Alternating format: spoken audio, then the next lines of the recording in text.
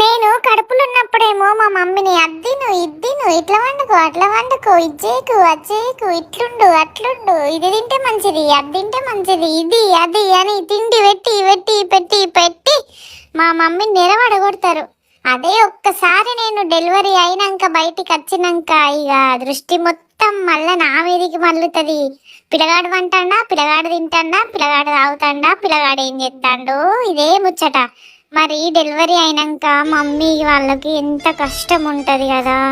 కనీసం వాళ్ళని ఎవరన్నా అడుగుతారా మీ హెల్త్ ఎట్లుంది, మీరు ఎంత బాధపడుతున్నారు, మీ స్టిచ్చెస్ మానినాయా, మీకు ఏమన్నా తినబుద్ధి అవుతుందా, ఏమన్నా తినబుద్ధి అవుతలేదా, ఇవన్నీ అడుగుడు ఎక్కడిది. ఇంకేదన్నా తినబుద్ధి అవుతుందంటే అది తినద్దు ఇది తినద్దు ఇది తినద్దు అది తినద్దు, ఇదే ముచ్చట.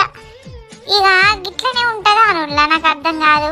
మీరు మమ్మల్ని అడుగుడే కాదు, మమ్మల్ని చూసుకోవడానికి మా మమ్మీలు ఉంటారు, కానీ మా మమ్మీని మీరు చూసుకోండి ఫస్ట్. అంతేగాని ఒక్కసారి డెలివరీ అయింది కదా ఈమెతోనేం పని లేదు అన్నట్టు ఆమెను కేర్ చేయకుండా అసలు ఉండకండి, సరేనా. వాళ్ళకు కూడా డెలివరీ అయినాక ఫుల్ రెస్ట్ అవసరమైతే మమ్మల్ని మీరు మంచిగా ఎత్తుకొని వాళ్ళని పడుకోమని చెప్పండి. కనీసం ఒక 3-4 నెలలు వాళ్ళకి మంచి రెస్ట్ ఇవ్వండి.